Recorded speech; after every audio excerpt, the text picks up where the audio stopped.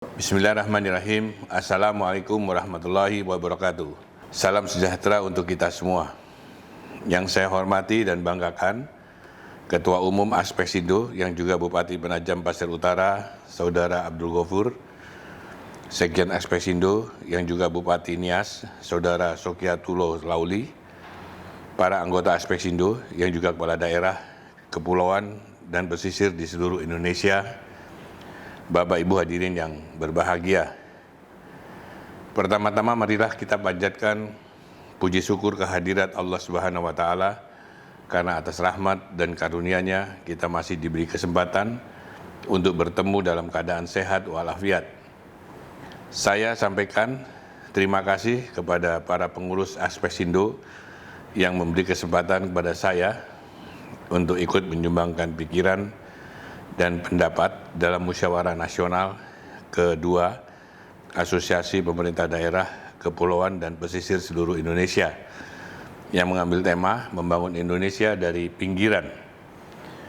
Bapak Ibu hadirin yang saya hormati, DPD RI sebagai inisiator rancangan undang-undang tentang daerah kepulauan terus melakukan pembahasan maraton untuk mempercepat proses pengesahan RUU tersebut menjadi undang-undang. Mengingat RUU tersebut sudah masuk dalam prolegnas dan Presiden juga sudah mengirim surat Presiden kepada kementerian dan lembaga terkait untuk melakukan pembahasan. Pada tanggal 29 September lalu, kami di DPD RI secara khusus juga mengangkat hal itu dalam acara obrolan senator dengan topik pembangunan daerah kepulauan dalam mengoptimalkan potensi negara maritim.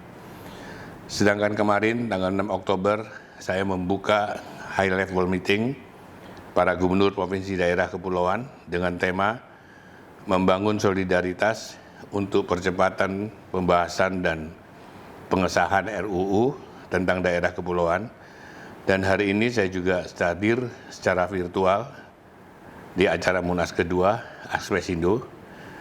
Itu artinya kami di DPD RI sangat serius mengawal dan memperjuangkan kepentingan daerah kepulauan, terutama melalui payung hukum Undang-Undang tentang daerah kepulauan.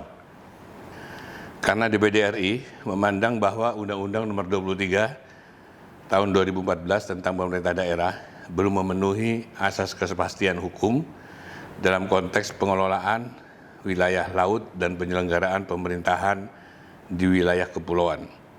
Undang-Undang Nomor 23 tersebut juga belum cukup mewadahi berbagai kepentingan dan permasalahan daerah kepulauan dalam rangka mengejar ketinggalan pembangunan, teknologi, dan sumber daya manusia demi terwujudnya kesejahteraan masyarakat kepulauan. Apalagi jika dikaitkan dengan pencanangan oleh Presiden Joko Widodo bahwa Indonesia harus menjadi salah satu negara poros maritim dunia, tentu mutlak membutuhkan undang-undang tentang daerah kepulauan. Mengingat cakupan khas dari undang-undang tersebut yang menitik beratkan kepada paradigma pembangunan berbasis maritim. Sebab terdapat 6 elemen penting untuk mewujudkan Indonesia menjadi negara maritim, yaitu posisi geografis, bentuk fisik, dan luasnya wilayah, kemudian jumlah penduduk, karakter pemerintahan, dan karakter bangsa. Khusus tentang karakter pemerintahan tersebut harus tercermin dengan jelas melalui undang-undang, di mana hal itu sudah terakomodasi dalam RUU tentang daerah kepulauan. Saya yakin setelah RUU ini disahkan menjadi undang-undang, maka percepatan gagasan Indonesia sebagai salah satu negara poros maritim dunia akan terwujud. Karena itu sudah seharusnya bangsa Indonesia kembali ke jati diri sebagai negara kepulauan yang besar yang menjaga kehidupan dan masa depan yang ada di laut.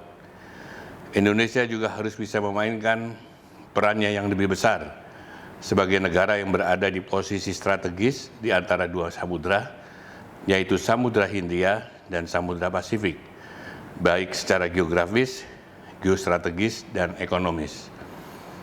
Bapak Ibu hadirin yang saya hormati, tema Munas kedua Aspesindo kali ini yaitu membangun Indonesia dari pinggiran sejalan dengan apa yang selama ini digaungkan oleh DPD RI. Karena bagi DPD, wajah Indonesia adalah wajah dari 34 provinsi di Indonesia, dan wajah provinsi adalah wajah dari seluruh kabupaten kota di wilayah tersebut. Begitu seterusnya hingga ke pemerintahan terkecil di Republik ini, yaitu desa. Saya juga seringkali menyampaikan dalam beberapa kesempatan bahwa desa juga harus menjadi kekuatan ekonomi, karena hal itu sejalan dengan program pembangunan yang sudah digariskan Presiden Joko Widodo, yaitu pembangunan Indonesia sentris. Artinya pembangunan merata, bukan lagi terfokus di Pulau Jawa. Karena itu pemerintah mengalokasikan dana desa yang cukup besar, bahkan diupayakan terus meningkat dari tahun ke tahun. Tercatat tahun 2015 hingga 2019, dana desa yang sudah dikucurkan mencapai 257 triliun rupiah, dan dari tahun 2019 hingga 2025, pemerintah bertekad mengalokasikan hingga 400 triliun rupiah ke seluruh desa Indonesia. Membangun dari pinggiran juga harus berarti menjadikan pulau-pulau terluar dan terdepan sebagai aset strategis atau objek vital nasional, sekaligus menjadi kawasan perbatasan sebagai etalase wajah negara, bukan punggung negara. Sehingga orientasi dan paradigma membangun dari pinggiran harus dilandasi filosofi pembangunan yang jelas, bukan sekedar membangun atau menyediakan fasilitas infrastruktur yang belum ada. Infrastruktur harus dipandang sebagai akses untuk memastikan agar supply chain manajemen berjalan lebih baik, sehingga arus barang dan jasa dapat berlangsung lebih baik dan kendala di sektor logistik dapat ditekan. Dan muara dari semua itu adalah peningkatan kesejahteraan dan pelayanan masyarakat. Sehingga saya yakin Undang-Undang tentang Daerah Kepulauan akan menjadi salah satu pengungkit dan pendorongan peningkatan pertumbuhan ekonomi di daerah-daerah kepulauan dan pesisir.